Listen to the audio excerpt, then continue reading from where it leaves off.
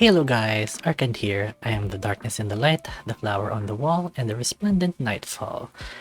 So we're back with Wild Lips. On the last episode, we saw this hunky tiger, and he was, I think, speaking to Presadal, the bartender, I think, from that restaurant, or I'm not sure.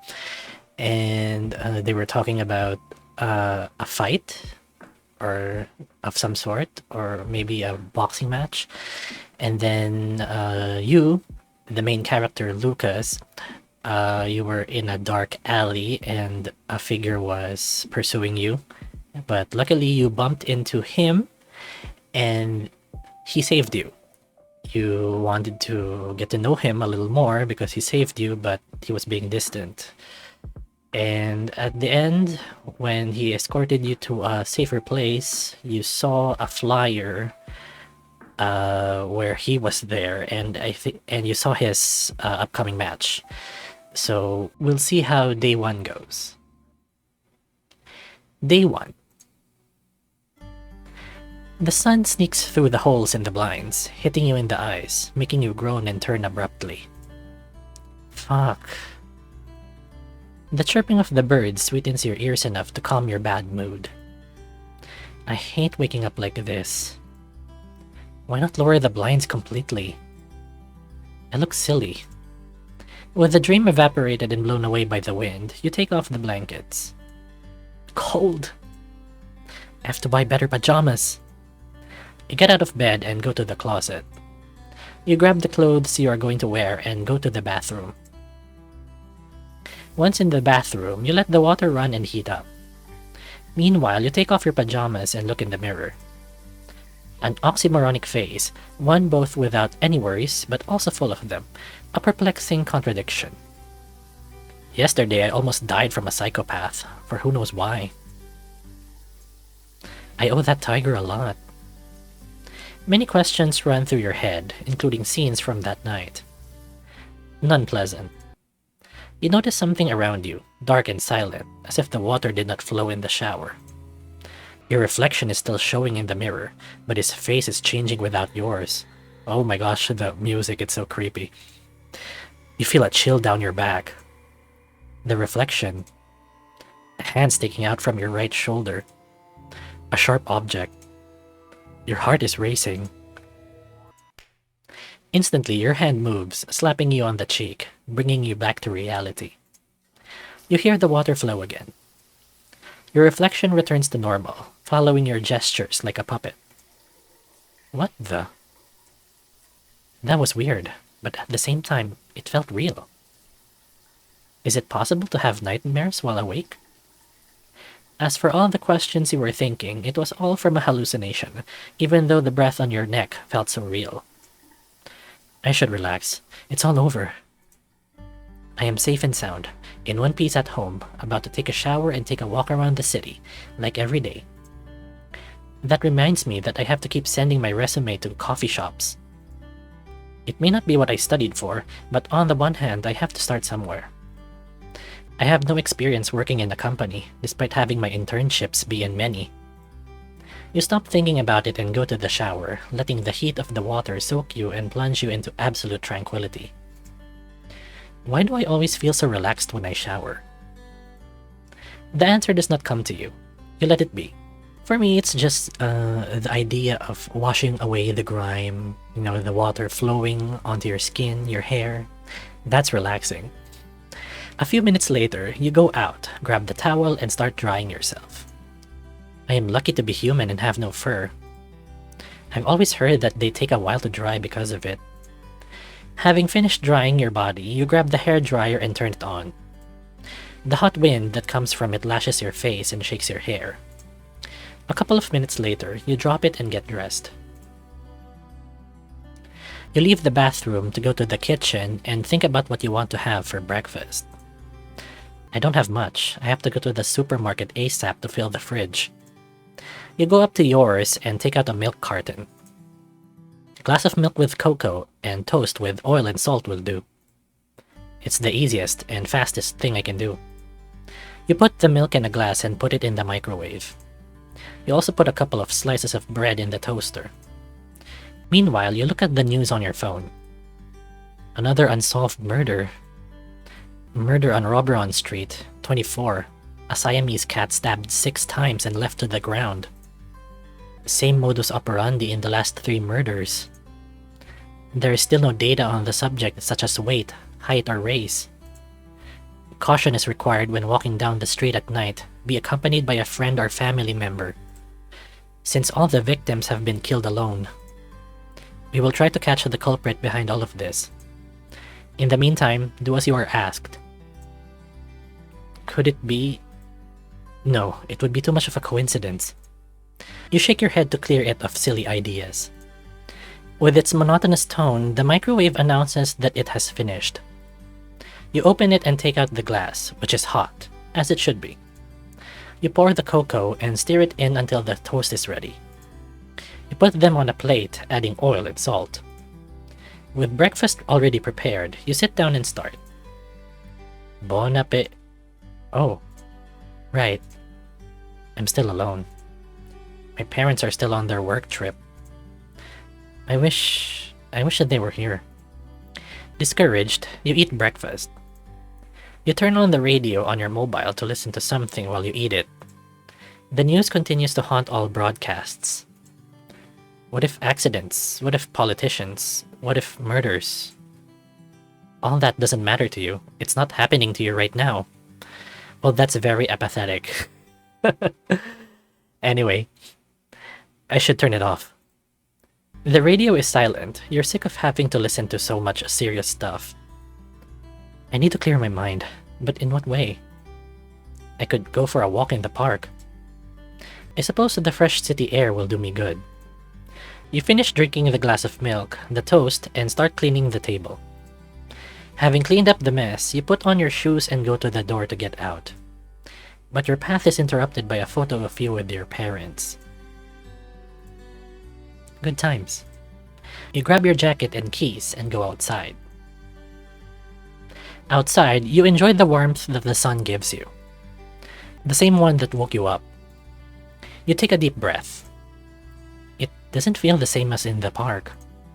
I better start walking. As you walk, you put on your headphones and let the music distract you, but not enough not to look sideways and cross the road.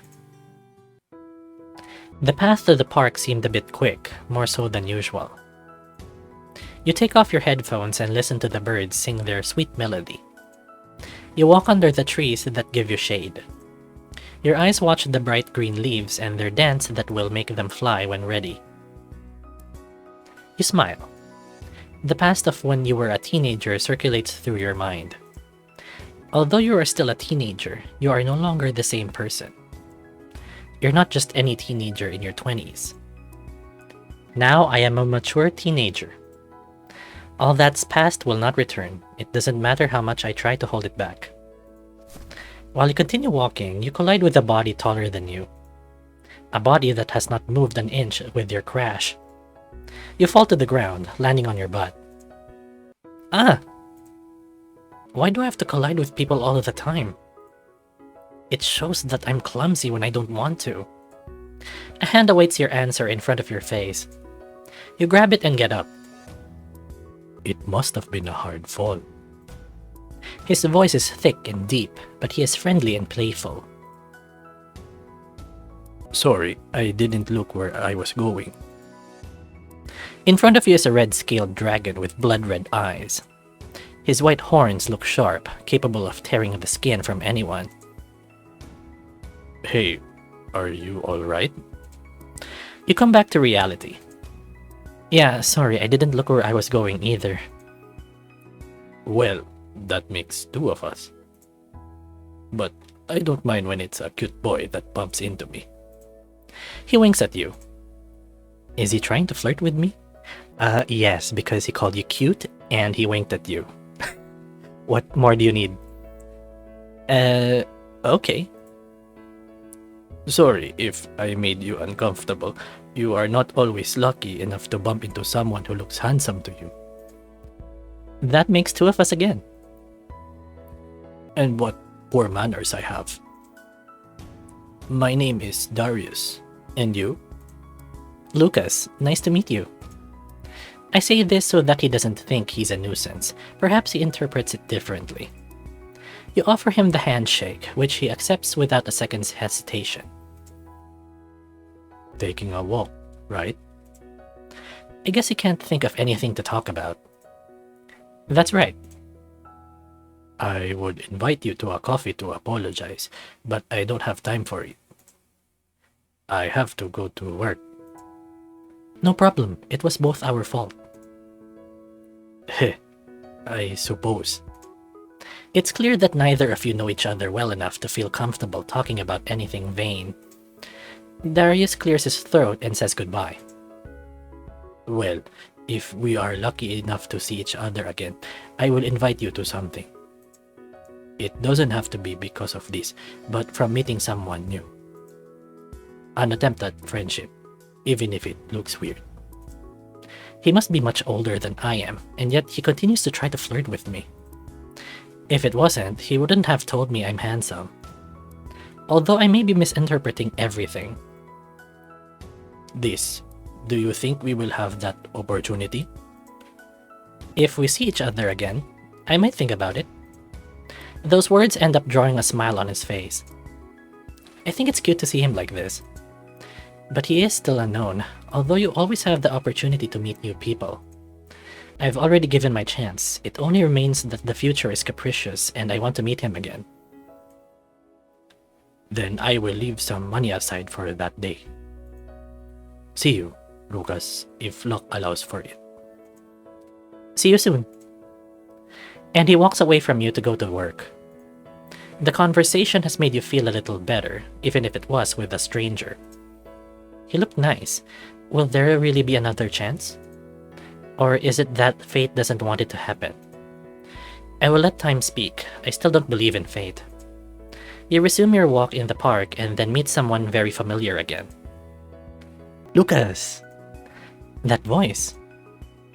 You turn around and, in effect, is someone you've known for years, a wolf to be exact. His little detour ends when he is in front of you, breathing hard. Glad to see you, Lucas. I was just going to call you to see if you wanted to have a drink with me this morning. Sorry, Marcos. I've already had breakfast. I was just taking a walk to clear my mind. Oh, I understand. Why is he feeling more discouraged than usual?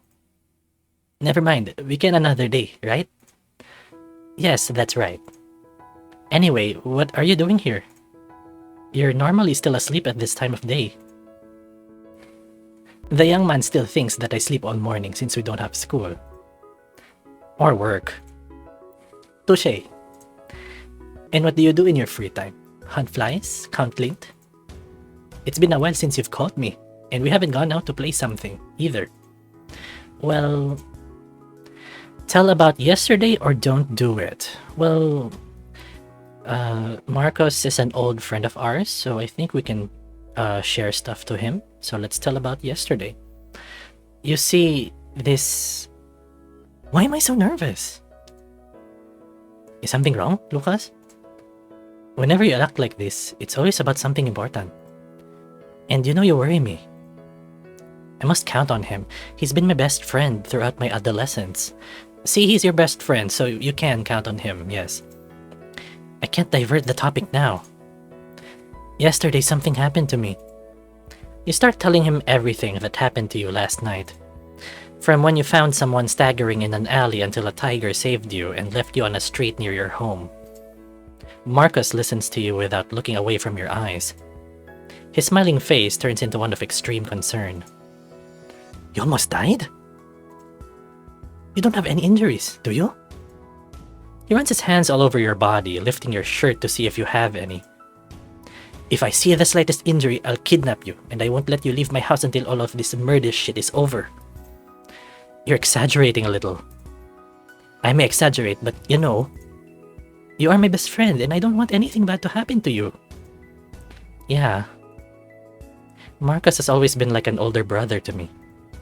I have a lot of appreciation for him.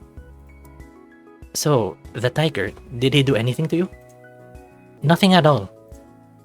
And I intend to thank him properly, even if he doesn't want it. He must accept it if he wants it to stop. And are you going to be more careful? It's in case you need an escort or something. Relax, I'll be fine, and don't worry anymore. Okay.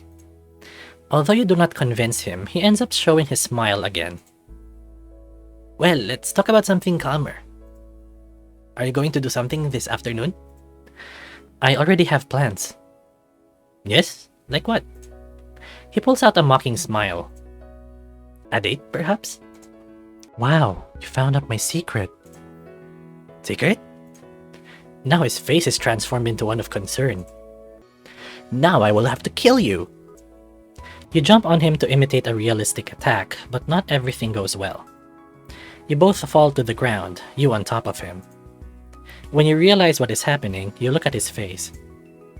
He's blushing! He's so cute! Well, actually, yeah, Marcus is cute. Are you crazy? You wouldn't kill your best friend, would you?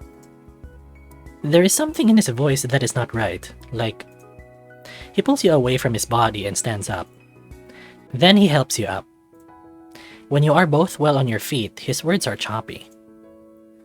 Well, I need to go. See you later, okay? Oh, Marcus, you're so cute. You're so blushy wolf. Marcus! And he starts to run. But what happened to him? What bug has bitten this wolf? A love bug, apparently. Could it have been because of the fall? Has he hit himself hard enough to remember something important? Either way, I'm going home to pass the time. I've had enough of a ride today. And you spend the rest of the day at home, just a few hours. Until it gets dark.